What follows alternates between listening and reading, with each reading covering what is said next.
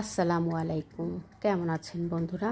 আল্লাহর রহমতে আলহামদুলিল্লাহ আমি বেশ ভালো আছি। আশা করছি আপনারাও সকলেই খুব ভালো আছেন।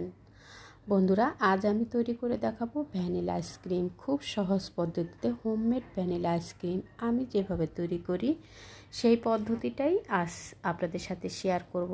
আশা করছি সঙ্গেই থাকবেন এবং আপনাদের কাছে রেসিপিটা ভালো লাগবে। বন্ধুরা, ভ্যানিলা আইসক্রিমটা তৈরি করার জন্য আমি আগের থেকেই 2 লিটার দুধ জাল করে ঘন করে 1 লিটার করে নিয়েছি। দুধটা যখন কালারটা চেঞ্জ হয়ে গেছে, 1 লিটার হয়ে গেছে ঘন হয়ে, সেই সময় আমি দুধটাকে নামিয়ে ঠান্ডা করে নিয়েছি রুম টেম্পারেচারে আসা পর্যন্ত। তো দুধটাকে এখন আমি যখন রুম টেম্পারেচারে চলে এসেছে, ঠিক সে সময় আমি এখানে 1 কাপ পরিমাণ গুঁড়ো দুধ দিয়েছি। গুঁড়ো দুধটা দিয়ে খুব ভালোভাবে মিশিয়ে এরপর আমি এখানে হ্যান্ড হুইস্ক দিয়ে ভালোভাবে মিশিয়ে নেব এবং সাথে মিষ্টির জন্য আমি এখানে চিনি ব্যবহার করব। আপনারা চাইলে চিনির পরিবর্তে এখানে কনডেন্স মিল্ক ব্যবহার করতে পারেন।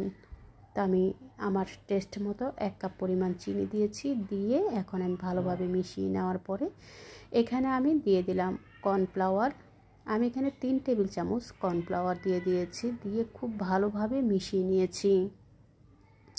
হ্যান্ড হুইস্কটা দিয়ে ভালোভাবে মিশিয়ে নেওয়ার পরে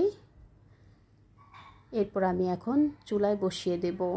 বন্ধুরা, চুলায় বসিয়ে দেওয়ার পরে চুলার আঁচ প্রথম থেকে শেষ পর্যন্ত কিন্তু লোতে রেখে কাজটা করে নিতে হবে। খুব বেশি সময় লাগবে না আইসক্রিমটা তৈরি করার জন্য। 4-5 মিনিট লো আছে জাল করে নিলেই কিন্তু সুন্দরভাবে আইসক্রিমের ব্যাটারটা জমে উঠবে। বন্ধুরা, একটু ঘন ঘন নেড়ে চেড়ে কিন্তু আইসক্রিমের ব্যাটারটাকে জাল করে নিতে হবে। একটু নাড়াচাড়া বন্ধ করে দিলেই কিন্তু জমাট বেঁধে যাবে। যেহেতু এখানে আমরা কর্নফ্লাওয়ার এবং গুঁড়ো দুধ ব্যবহার করেছি আর দুধটা যেহেতু আগের থেকে অনেকটা ঘন, যে কোনো সময় কিন্তু জমাট বেঁধে যাবে। যার কারণে হ্যান্ড হুইস্কটা দিয়ে অনবরত ঘন ঘন নেড়ে চেড়ে 4-5 মিনিট জাল করলে কিন্তু সুন্দরভাবে জমে যাবে আইসক্রিমের ব্যাটারটা। বন্ধুরা, একটু ধৈর্য সহকারে আইসক্রিমের ব্যাটারটাকে জাল করে নেব। চুলার আঁচ লোতে রেখে, চুলার আঁচ বাড়ানো যাবে না, লোতে রেখে একটু ঘন ঘন নেড়ে চেড়ে ঠিক এরকম একটা ঘনত্ব এসে গেলে এরপর আমি চুলাটা অফ করে দেব। চুলাটা অফ করে দিয়ে নাড়া কিন্তু বন্ধ করব না। রুম টেম্পারেচারে আসা পর্যন্ত কিন্তু আইসক্রিমের ব্যাটারটাকে জাল নেড়ে নেড়ে ঠিক ঠান্ডা রুম টেম্পারেচারে আসা পর্যন্ত এভাবে করে নেড়ে যেতে হবে। তা না হলে কিন্তু উপরে সর পড়ে যাবে আর সর পড়তে কিন্তু দেওয়া যাবে না। তো এভাবে করে ঠিক এরকম ঘনত্ব হয়ে আসার পরে আমি নাড়া বন্ধ করে দেব রুম টেম্পারেচারে আসার পরে। যেহেতু আমরা ভ্যানিলা আইসক্রিম তৈরি করছি, তো ফ্লেভারের জন্য আমি এখানে 1/2 চা চামচ ভ্যানিলা এসেন্স ব্যবহার করেছি। আপনারা আপনাদের পছন্দ মতো এসেন্সটা ব্যবহার করবেন। ভ্যানিলা এসেন্সটা দেওয়ার পরে আবারও একটু ভালোভাবে নেড়ে চেড়ে একটু মিশিয়ে নিয়ে এরপর আমি 6 থেকে 7 ঘন্টা ডিপ ফ্রিজে রেখেছিলাম। 6-7 ঘন্টা পরে দেখুন বরফ হয়নি, কিন্তু সুন্দরভাবে আইসক্রিমের ব্যাটারটা জমে গেছে।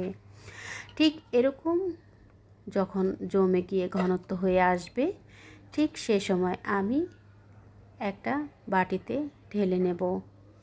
একটা বাটিতে ঢেলে নিয়ে আপনারা একটু বড় বাটিতে ঢেলে নেবেন। আমার বাটিটা একটু ছোট হয়ে গেছে, তো একটু বাটিতে ঢেলে নিয়ে এরপর আপনারা এভাবে ইলেকট্রিক বিটার দিয়ে বিট করে নেব। একবারেই কিন্তু বিট করব না, 2-3 সেকেন্ড বিট করার পরে বিটারটাকে বন্ধ করে দিয়ে আবারও 2-3 সেকেন্ড বিট করে নেব। এভাবে করে প্রায় আমি 6-7 মিনিট আইসক্রিমের ব্যাটারটাকে এভাবে করে বিট করে নেব ইলেকট্রিক বিটার দিয়ে। বন্ধুরা, আপনাদের হাতের কাছে বিটার না থাকলে আপনারা হ্যান্ড হুইস্ক দিয়ে করতে পারবেন, তবে সেই ক্ষেত্রে কিন্তু অনেক সময় বেশি লাগবে। চেষ্টা করবেন ইলেকট্রিক বিটার দিয়ে করার জন্য। আইসক্রিম ইলেকট্রিক বিটার দিয়ে করলেই কিন্তু খুব সুন্দর একটা টেক্সচার আসে এবং ফোমি একটা ভাব চলে আসে। 6-7 মিনিট এভাবে বিট করার পরে দেখুন ফুলে ডাবল হয়ে গেছে। আমার বাটিটা একটু ছোট হয়ে গেছে, তো চারপাশ থেকে একটু পড়ে যেতে চাচ্ছে। আপনারা একটু বড় বাটিতে এই আইসক্রিমের ব্যাটারটাকে ঢেলে এভাবে করে কিছুক্ষণ পর পর একবারে করতে যাবেন না। ইলেকট্রিক বিটার একবারে কিছুক্ষণ অন করে রাখলে কিন্তু নষ্ট হয়ে যাওয়ার সম্ভাবনা থাকে, তাই কিছুক্ষণ 2-3 সেকেন্ড করার পরে বন্ধ রেখে আবারও 2-3 সেকেন্ড করে করে এভাবে প্রায় 5 থেকে 6 মিনিট আমি এভাবে করে বিট করে নিয়েছি। তো বন্ধুরা, এভাবে বিট করতে করতে যখন ফুলে ডাবল হয়ে আসবে এবং বাটিটাকে ঘুরিয়ে ঘুরিয়ে সব সাইডে যেন সমানভাবে ফমি হয়ে আসে, ঠিক সেই পর্যন্ত আমি বিট করে নিয়েছি। তো বন্ধুরা, আমার বিট করে নেওয়া হয়ে গেছে, ফুলে কিন্তু ডাবল হয়ে গেছে।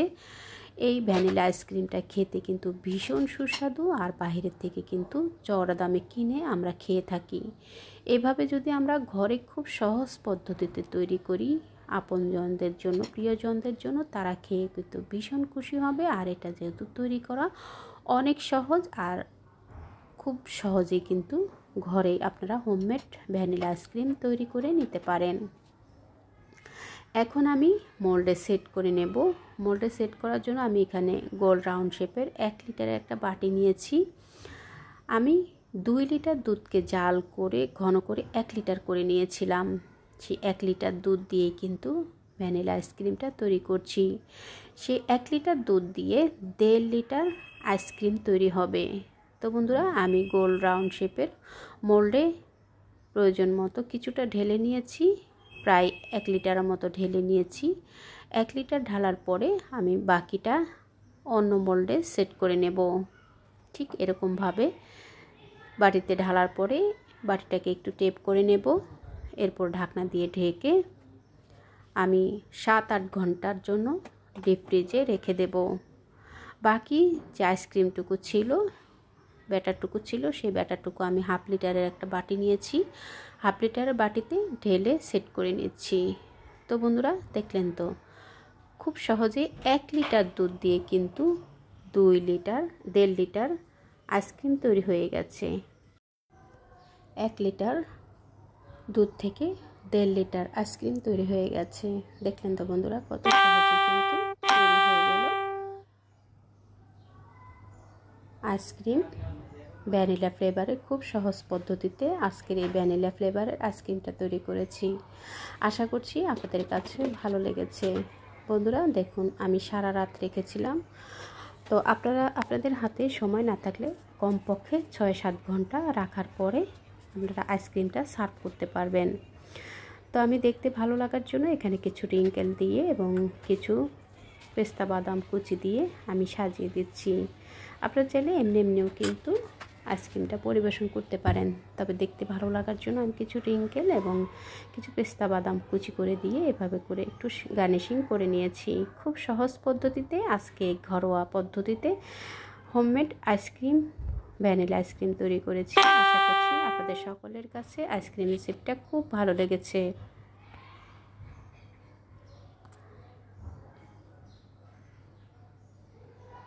তো আপনারা এইভাবে তৈরি করবেন, প্রিয়জনকে একটু নিত্য নতুন রেসিপি তৈরি করে উপহার দেবেন।